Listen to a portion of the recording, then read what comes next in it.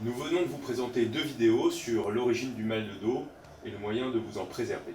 Mais en cas de doute ou de douleur persistante, n'oubliez pas que votre principal interlocuteur est votre médecin généraliste. C'est lui qui saura vous examiner, apprécier votre degré de gravité et vous adresser au meilleur spécialiste si besoin. On entend parler de divers spécialistes, mais qui va vous soigner? C'est votre médecin généraliste qu'il faut consulter et qui va vous orienter. Il peut vous orienter vers un kinésithérapeute ou un ostéopathe. Ceux-ci sont spécialistes des manipulations non traumatiques qui peuvent aider à soulager les symptômes. Il peut vous orienter vers un rhumatologue, qui est un médecin spécialiste, qui connaît très bien le système osseux et les articulations, qui pourrait diagnostiquer une situation plus complexe.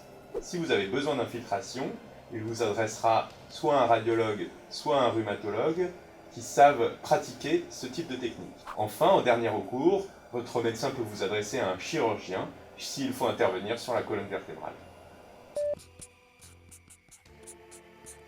On dit parfois qu'il faut faire craquer le dos par un spécialiste de la colonne vertébrale.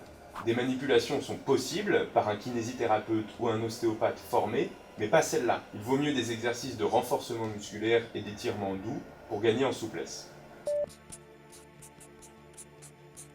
Il existe en effet des situations, qu'on appelle drapeau rouge, où il faut consulter de manière relativement urgente.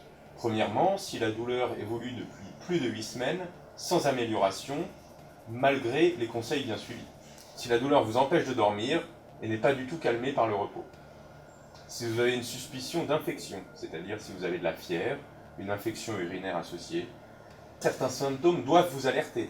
En particulier si vous avez une douleur qui court dans la jambe, à type de décharge électrique ou de brûlure. Si vous avez des troubles de la sensibilité ou bien un déficit moteur, c'est-à-dire une lourdeur de la jambe, une difficulté à mobiliser votre pied. Si vous avez des symptômes urinaires, à type de fuite, d'incontinence. Si vous avez plus de 50 ans et un antécédent de cancer, si vous avez une altération de l'état général, c'est-à-dire une perte de poids récente. Enfin, si vous avez une arrière-pensée de fracture, c'est-à-dire si vous avez eu un traumatisme violent, si vous avez de l'ostéoporose ou si vous prenez des stéroïdes au long cours.